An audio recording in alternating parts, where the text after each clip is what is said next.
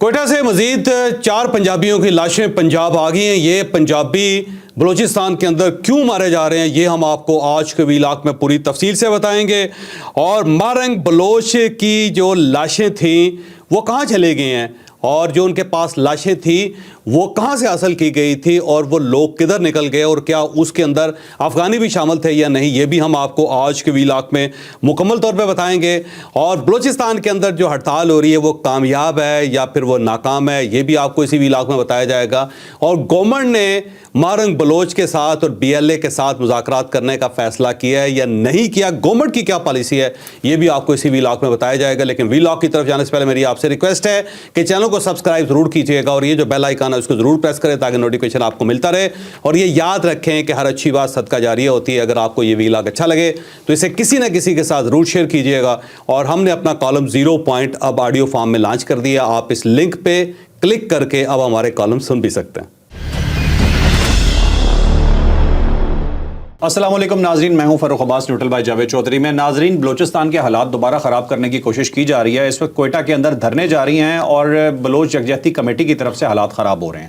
اس وقت حالت کچھ ایسی ہے کہ انہوں نے 3 لاشیں اٹھا کے رکھ دیں روڈ کے اوپر اور روڈ بلاک کر دی، اور یہ پورا مدعا اس طرح کا بنا دیا کہ گورنمنٹ ریئیکٹ کرے ہی کرے۔ گورنمنٹ ریئیکٹ نہ کرتی تو ٹرانسپورٹ رک رہی تھی، اگر ریئیکٹ کرتی تو ان کی طرف سے ریئیکشن آنا تھا، کچھ نہ کچھ ہونا تھا۔ انہوں نے مجبور کیا، اور ظاہری بات ہے حکومت نے ایکٹ کیا کیونکہ عام لوگوں کی زندگی آسان کرنی تھی۔ تو اس کے بعد ایک ایشو کھڑا ہو گیا اور مارنگ بلوچ صاحبہ کو اس کے بعد گرفتار کر لیا گیا۔ اب یہ سچویشن بڑی عجیب و غریب سی وہاں پہ چل رہی ہے۔ ہم آپ کو آج پوری یہ ڈیٹیل بتائیں گے کہ یہ مارنگ بلوچ صاحبہ جنہیں ہم کہہ رہے ہیں ان کا پلان کیا ہے، یہ کرنے کیا جا رہے ہیں، جن لاشوں کی یہ باتیں کر رہے ہیں کہ جو 3 لاشیں یہ کہہ رہے ہیں یہ لاشیں کس کی تھیں۔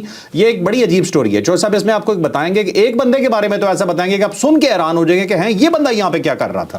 تو اس طرح کی ایک سٹوری ہے، اور اس کے بعد ڈیٹیل ہم مزید بھی آگے ساتھ ساتھ اس میں جاری رکھیں گے، اپنے سوالات کا سلسلہ جاری رہے گا۔ ابھی آپ کو انیشل سٹوری بتاتے ہیں۔ سریاب روڈ کوئٹہ میں یہ کل دھرنا دیا گیا تھا، اور اس دھرنے کو ظاہر مارنگ بلوچ لیڈ کر رہی تھی، اور ان کا تعلق جو ہے وہ بلوچ یکجہتی کمیٹی کے ساتھ ہے۔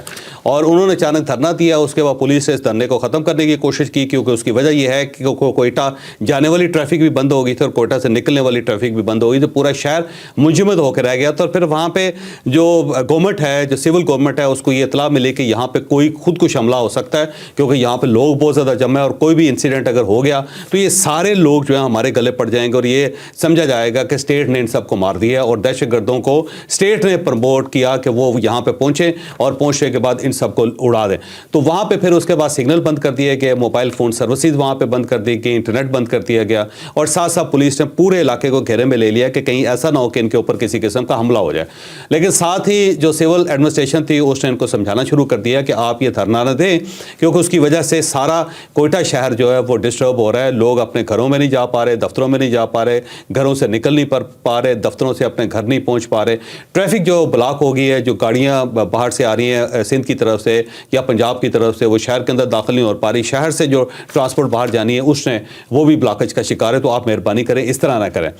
لیکن مارنگ بلوچ صاحبہ جو تھا ان کا مطالبہ یہ تھا کہ جو 13 لاشیں اس وقت انتظامیہ نے دفن کی ہیں، ہمیں وہ نکال کے ہمارے حوالے کی جائیں، اور یہ مسنگ پرسنز ہیں ہمارے، ان کا دہشت گردوں کے ساتھ کوئی تعلق نہیں تھا، جعفر ایکسپریس کو یرغمال بنانے والے یہ لوگ نہیں تھے، اور یہ آپ لوگوں کے پاس تھے، اور آپ لوگوں نے ان کو قتل کر کے ان کی فہرست کے اندر جو لوگ تھے اس میں ڈال دیا، جبکہ یہ ہمارے مسنگ پرسنز تھے۔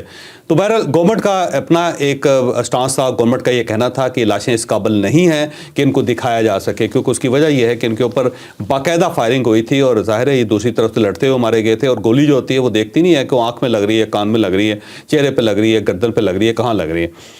اسی لیے ان کی تصویریں جو ہیں کسی کو دکھائی نہیں گئی، لیکن ان کا ڈی این اے، ان کا ریکارڈ ہمارے پاس موجود ہے، اور اگر آپ کے پاس ان کے لواحقین موجود ہیں تو وہ اپنا ریکارڈ لے کے یہاں پہ آ جائیں اور اپنی لاشیں لے جائیں۔ تو آپ کو نہیں دی جا سکتی، کیونکہ آپ جو ہیں ایک تھرڈ پارٹی ہیں، آپ فرسٹ پارٹی ہیں، سیکنڈ پارٹی نہیں ہیں کہ لاش آپ کے حوالے کی جا سکی۔ نہ آپ کا بھائی ہے، نہ آپ کا بیٹا ہے، نہ آپ کا خامد ہے، آپ کے ساتھ کوئی بلڈ ریلیشن اس کا نہیں ہے، تو ہم آپ کے حوالے لاش کیسے کر سکتے ہیں؟ اور یہ میرا خیال ہے ٹھیک سٹانس تھا، یہ غلط سٹانس نہیں تھا۔ لیکن وہ ڈٹ کے انہوں نے کہا نہیں جی ہم نے یہاں سے نہیں اٹھنا. پھر اس کے بعد پولیس کو اس سائڈ سے ذرا فورس اپنی دکھانی پڑ گئی. انہوں نے آنسو گیس چلائی, پھر وہاں پہ انہوں نے لاٹھی چارج بھی کیا, اور ساتھ ساتھ انہوں نے یہاں پہ واٹر کینن بھی استعمال کیا. لیکن پولیس کا کلیم یہ ہے کہ ہماری طرف سے کوئی فائرنگ نہیں ہوئی, ہمارے پاس ویپن تھا ہی نہیں, ہم وہاں پہ ویپن لے کے نہیں گئے تھے, اسی لیے نہیں لے کے گئے تھے کہ کہیں ایسا نہ ہو کہ ہم فائرنگ پہ پرووٹ ہو کے فائرنگ پہ مجبور ہو جائیں. تو انہوں نے کسی قسم کی فائرنگ اس سائڈ سے نہیں کی, لیکن اس کے باوجود وہاں پہ گولی چلی ہے اور 3 لاشیں بھی گری ہیں. یہ بات درست ہے کہ 3 لوگ وہاں پہ ہلاک ہوئے ہیں اور ان کو باقاعدہ ہسپتالوں میں لایا گیا. لانے کے بعد جب وہ ان کی تصدیق ہوگی تو پھر یہ دوبارہ سریاب روڈ پہ ان لاشوں کو لے گئے. اور ان میں سے ایک جو بندہ جو ہلاک ہوا تھا وہ بعد میں افغانی نکلا, وہ تو بلوچی تھا ہی نہیں. اچھا. اور جو باقی 2 لاشیں تھیں, 3 لاشیں تھیں, ایک افغانی کی 2 بلوچوں کی, وہ رکھ کے وہاں بیٹھے رہے اور انہوں نے کہا جی ہم تو یہاں سے نہیں اٹھیں گے, ہمارے لوگ مار دیے آپ نے. رات دیر تک پرسوں جو تھا یہ معاملہ چلتا رہا, لیکن وہ مارنگ بلوچ جو ہے وہ دھرنا ختم کرنے کے لیے راضی نہیں ہوئی. تو سحری کے وقت پھر ان کو گرفتار کر لیا گیا, اور گرفتاری کی خبر جو ہے وہ بلوچ یکجہتی کمیٹی نے خود دی. اس کے بعد یہ پتہ چلا کہ ان کو گرفتار کر لیا. گورنمنٹ ابھی تک ڈینائی کر رہی ہے, گورنمنٹ کی طرف سے کوئی ثبوت سامنے نہیں آیا کہ مارنگ بلوچ کو گورنمنٹ نے کوئی گرفتار کیا ہوا ہے, کیونکہ گرفتاری اس کی ڈالی نہیں گئی. اب ہو سکتا ہے کہ نیگوشیٹ کیے جائیں اور یہ سڑک خالی کر دیں, دھرنا اٹھا لیں تو پھر ان کو گھر بھیج دیا جائے, لیکن سر دست سے کوئی اس کے بارے میں اطلاع نہیں ہے. اب اس دوران جن لاشوں کو رکھ کے بیٹھے ہوئے تھے تو 2 لاشیں جو تھی ان کے جو لواحقین تھے وہ آ کے لے گئے, اور انہوں نے باقاعدہ لاشیں زبردستی ان سے لی کہ ہمارے بچے فوت ہوئے ہیں, ہم ان کو دفن کرنا چاہتے ہیں, آپ لوگ کیوں لاشیں رکھ کے بیٹھے ہوئے ہیں. تو ان کے ساتھ ان کی باقاعدہ توتکار بھی ہوئی کہ انہوں نے کہا جی ہمارے بچے تو آپ ورگلا کے یہاں پہ لے گئے اور وہ مارے گئے ہیں, تو اب ہم ان کو دفن کرنا چاہتے ہیں, ہم تو اس کنٹروورسی میں پڑھنا ہی نہیں چاہتے. تو اپنے بچوں کو وہ خود ہی لے کے انہوں نے جا کے ان کی باقاعدہ تدفین کر دی. تو اب ان کے پاس لاشیں نہیں, ایک لاش ہے جو افغانی کی ہے, جو بلوچ نہیں ہے, جس کی کوئی فیملی وہاں پہ موجود نہیں ہے کہ وہ اس کی لاش وصول کر سکے. 2 لاشیں جو ہیں وہ بلوچ خاندانوں کی تھی, وہ ان کو لے کے واپس چلے گئے. تو لیکن اب ابھی بھی وہاں پہ لوگ بیٹھے ہوئے ہیں, وہاں پہ ہڑتال بھی جاری ہے, پھر ٹریفک بھی بند ہے, اور گورنمنٹ نے یہ فیصلہ کیا ہے کہ یہاں جو ٹرانسپورٹ ہے رات کے وقت نہیں چلے گی, نہ رات کے وقت یہاں سے کوئی گاڑی باہر جائے گی, نہ وہاں سے واپس آئے گی. اب مارنگ بلوچ کو جب گرفتار کر لیا گیا یا وہ مسنگ ہو گئی یا ان کا کوئی آگا پیچھا نہیں پتہ چل رہا تھا, تو منگوچر جو ان کا اپنا علاقہ ہے, کلات کا علاقہ ہے, جہاں پہ لانگو قبیلے کے لوگ رہتے ہیں, جہاں سے خود بھی ان کا تعلق ہے, تو 4 پنجابی مزدور تھے جو ٹیوب ویل کھودنے کے لیے وہاں پہ گئے ہوئے تھے.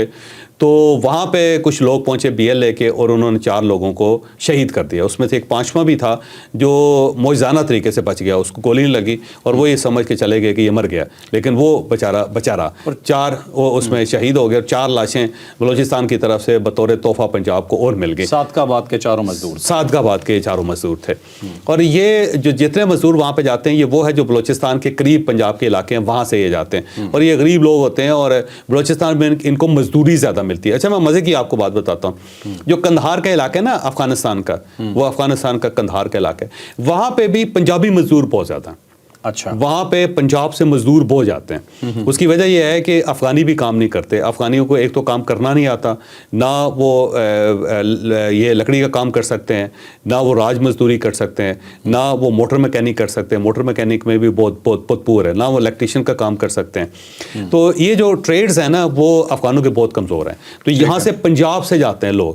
آج بھی اگر آپ کندھار میں جائیں تو پنجابی بولنے والے لوگ آپ کو بہت ملتے ہیں. اچھا. اور وہ وہاں پہ جاتے ہیں, 6-7 مہینے وہاں پہ گزارتے ہیں, مزدوری کرتے ہیں, پھر وہاں سے واپس آ جاتے ہیں. ایون اینٹیں بنانے والے لوگ جو ہیں کندھار کے اندر وہ پنجابی ہوتے ہیں, اسکلڈ ورکر جاتے ہیں. اسکلڈ ورکر ہے. تو یہ اسکلڈ ورکرز جو ہے وہ ظاہر ہے بلوچستان کے اندر بھی جاتا ہے, خیبر پختونخوا کے اندر بھی جاتا ہے, سندھ کے اندر جتنے آباد کار ہیں جو زمینیں آباد کی ہیں وہ پنجابیوں نے آباد کی ہیں. وہاں پہ پنجابی آباد کار بہت زیادہ سندھ کے اندر ہے, اور گورنمنٹ نے بھی ان کو رقبے دیے. پھر وہاں کے جو بڑے سردار ہیں وہ بھی پنجابیوں کو پریفر کرتے ہیں کہ یہ زمینوں کو آباد کر لیتے ہیں. اس طرح بلوچستان کے اندر بھی جو اسکلڈ ورکر ہیں وہ سارے کے سارے پنجاب سے ہوتے ہیں, کیونکہ یہاں سے وہ لوگ جاتے ہیں.